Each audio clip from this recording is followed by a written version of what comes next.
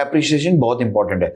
देखिए against India हमारी कौम दुनिया में किसी से हार जाए कोई फर्क नहीं पड़ता, इंडिया से नहीं हारना चाहिए। इंडिया को हरा देते सब खुश है, तो उसकी खुशी के लिए है।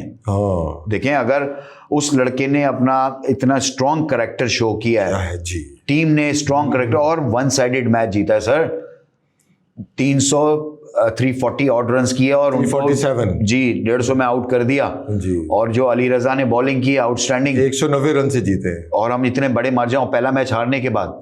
अली रजा की बॉलिंग आपने देखी? अली रजा बिकॉज एक लाइन के अंदर बॉल करता अली रजा डिसिप्लिन्ड। पिछली दफा में भी जब मैं सिलेक्शन कमेटी में था तो हमने सिलेक्ट करके भेजा ऑस्ट्रेलिया के अगेंस्ट सेमीफाइनल के अंदर वर्ल्ड कप में, हम मैच जीते हुए थे, लास्ट विकेट पे उनको 15 रन चाहिए थे और उसने आउट कर दिया था, वो बैड लक, कोई एम्पायर ने आउट नहीं दिया तो हम वो मैच हार गए। लेकिन उस वक्त से हमारी टीम बन गई थी, अच्छा करती आ रही थी, सीरीजें हो रही थी बहुत अच्छी, अभी भी बहुत जबरदस्त तैयारी हुई, मुल्तान में कैंप लगा हुआ था, बड़ा सिकंदर बख्श जैसी फिजिक का है वो बॉलर अली रजा। यस वो सियालकोट का लड़का है, पतला सा है, बट उसका एक्शन जो है वो, उसने डोमेस्टिक क्रिकेट खेलना शुरू कर दिया लास्ट ईयर, फाइनल में भी अच्छी परफॉर्मेंस उसका दिखा रहे थे कि उसकी जो स्पाइट है बॉलिंग में वो उसके एक्शन की वजह से है। नहीं जो है वो जान मारता है, तगड़ा बॉलर है, अभी थोड़ा सा और ग्रूम होगा, जान आएगी और तो फिर और इम्प्रूव करेगा। लास्ट ईयर भी कायदम ट्रॉफी में उसने अच्छी परफॉर्मेंस की, फाइनल में भी अच्छा करा। तो ये लड़के अब ये लड़के जाया नहीं होने चाहिए। यस, इनको संभाल के रखना चाहिए, इनको फ्रेजाइल की तरह रखें, इनको पैम्पर करना पड़ेगा। ऐसा पैम्पर नहीं करें खराब हो जाए। ये हमारे यहाँ ज्यादा पैम्पर भी खराब हो जाता है ना जी, वो तो खैर हो जाता है, ज्यादा चेंज करना पड़ता है, चेंज भी करें इन टाइम। एब्सोल्युटली। तो हम ऐसे रखें कि ये हमारे लिए इन फ्यूचर पाकिस्तान के स्टार बने। जब आप टैलेंट देख लेते हैं ना किसी का, तो ये आपका जिम्मेदारी है कि आप उसको कैसे लेकर चलते हैं जी। ठीक है जी। अगर हम ट्रैवल करने जा रहे होते हैं तो हमारे को अच्छी कोई रखते हैं तो उसके ऊपर फ्रेजाइल का हम स्टिकर लगा देते हैं ना, इसके अंदर ऐसी चीज, हैंडल विद केयर, तो ये बच्चों को भी हैंडल ऐसा करना पड़ेगा जी, इनको करना पड़ेगा जी। सबसे इस वाली जो हैंडल करने वाला है, ये तो हम आगे चल के थोड़ी सी बात करेंगे इस पे जरा थोड़ी सी डिटेल में। रॉ प्लेयर जो बन के आते हैं, जैसे आपने कहा ना, ये तो अच्छे प्लेयर आए बन के, अंडर 14, अंडर 16, अंडर 19 खेले, फिर उसके बाद ये शाहीन के साथ ए के साथ खेलेंगे, फिर उसके बाद आहिस्ता आहिस्ता आना चाहिए, इनसे पहले जब नहीं कराया बिल्कुल, जैसे सुपरसीड कर दिया जाता है, आपने पता है ना फौज के अंदर, तो वो जो बाकी रिमेनिंग जो जर्नल्स होते हैं वो रिजाइन कर देते, तो ये एक पूरा असूल है उनका, और यहाँ गेम का भी असूल ऐसे ही होना चाहिए कि आहिस्ता आहिस्ता आके उनको मैच्योर होने दें।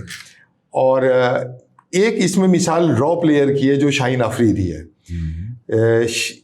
शाहीन आफरीदी जैसे प्लेयर सदियों में पैदा होते हैं कि निकल के आए वन फाइन मॉर्निंग और उसने वर्ल्ड रिकॉर्ड बना दिया, और उसका बड़ा इंटरेस्टिंग केस है। कंसिस्टेंसी कम और इम्पैक्ट ज़्यादा है, तो उसे आप कैसे देखते हैं?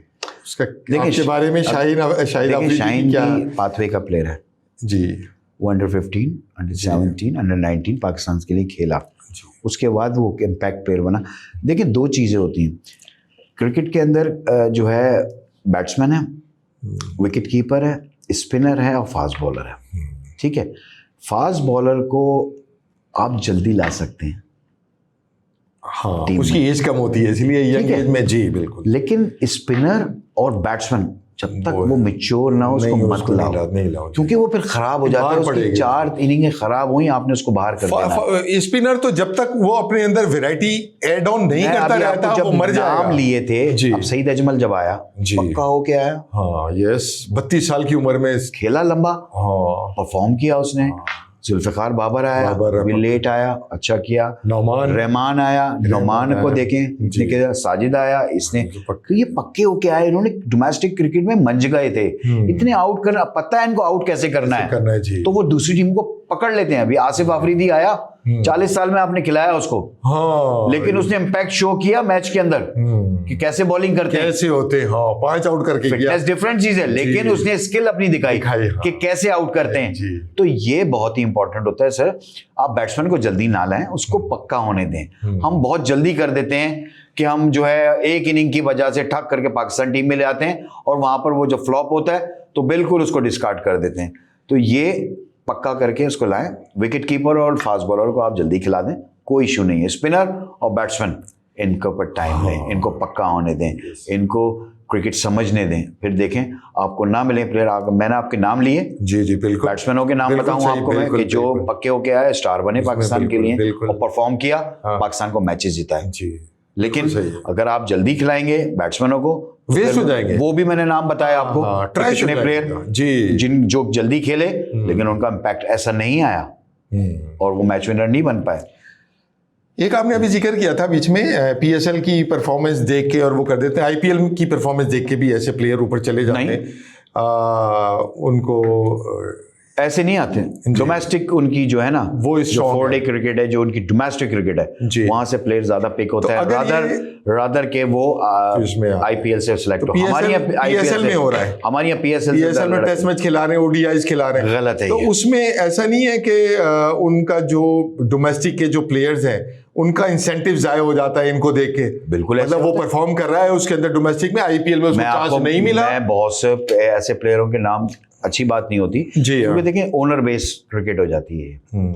अब ओनर के ऊपर डिपेंड कर रहा होता है कि भाई कौन सा लड़का लेना है, कौन सा नहीं लेना। ठीक है जी हाँ। अब इसमें बहुत से लड़के ऐसे भी खेले हैं जिनको नहीं होना चाहिए था, वो ओनर के क्लोज थे, वो डिसहार्टेंड हो जाते हैं, वो खेले, और जो डोमेस्टिक के परफॉर्मर है वो सिलेक्ट नहीं हो पाए, तो फिर उनकी मोटिवेशन कहाँ जाएगी। तो अब पता है लड़का ये सोचता है कि किसी तरह मैं पीएसएल की टीम में ड्राफ्ट में उठ जाऊं जी, ताकि मैं जल्दी क्रिकेट खेल लूं। जी हाँ। तो जब तक आप अपनी डोमेस्टिक क्रिकेट को, जहां जो डोमेस्टिक में परफॉर्मर है उसको अहमियत नहीं देंगे सर, तो डोमेस्टिक क्रिकेट में मजा नहीं आएगा। आप वहां से लड़का लेकर ऊपर आए ना, आप सिर्फ एक महीने का जो पीएसएल होता है उसके अंदर जो परफॉर्म कर देता है वो ले आते हैं आप। ये तो ज्यादती हो जाती है ना उन प्लेयर्स के साथ जो बेचारे डोमेस्टिक में परफॉर्म करते हैं और वो पीएसएल नहीं खेल पाते। हजार रन कर देते हैं साहब, और वो नहीं खेल पाते। आप फर्स्ट क्लास खेले में 1000 रन करना इट्स नॉट अ जोक। बिल्कुल, बड़ी कंसिस्टेंसी चाहिए होती है, स्ट्रेंथ चाहिए होती है, डिसिप्लिन चाहिए होता है उन्हें। और अब इसके अंदर भी बहुत से ऐसे लोग हैं कि जो नॉन क्रिकेटर्स हैं, सारी मतलब अगर आप पूरी टीमें उठा लें उसमें बहुत से नॉन क्रिकेटर्स हैं, वो अपनी चीज़ों को मैनिपुलेट कर रहे होते हैं कि किसको लेना है किसको नहीं लेना। बहुत से लड़के उसमें रह जाते हैं जी, ठीक है ना जी। मेरिट तो मैं समझता हूँ कि थोड़ा सा फुकदान है इसके अंदर, बिल्कुल कि आपको क्या प्लेयर लेना उठाना है, किसको कप्तान बनाना है, आप नेम के हिसाब से तो चल रहे होते हैं। तो इस तरह टीमें नहीं बनती, इस तरह आप पीएस बहुत जल्दी कर देते हैं, हम पीएसएल से लड़का उठा लेते हैं, तो हमारी डोमेस्टिक का क्रिकेटर जो होता है ना वो डिसहार्ड हो जाता है। क्योंकि देखिए डोमेस्टिक में इतने पैसे नहीं है जितने पीएसएल में मिल जाते हैं। ऑफ कोर्स ऑब्वियसली, ठीक है जी। और उसके अलावा एक महीने के अंदर अब नाम भी हो जाता है, दूसरी लीगें भी मिल जाती हैं, उसको कॉन्ट्रैक्ट भी हो जाते हैं। अब लड़का देखे ना, जिस प्लेयर को बीपीएल भी मिल जाए, उसको ऑस्ट्रेलियन वो भी मिल जाए, ये दुबई की 2 लीग मिल जाए, वो 4-5 करोड़ रुपए साल के बना के इजी हो जाए उसको क्रिकेट, बाकी उसको इम्प्रूवमेंट करने की क्या जरूरत, वो तो लीग खेल के इतने पैसे बना लेता है। तो उसकी जो मोटिवेशन है कंट्री के लिए खेलने की वो खत्म हो जाती है सर। तो आपको अगर कंट्री के लिए चीजें करनी है तो आपको बहुत स्ट्रिक्ट डिसीजंस भी लेने पड़ेंगे कि आपका डोमेस्टिक क्रिकेट हो रही हो तो कोई लड़का जा नहीं सकता।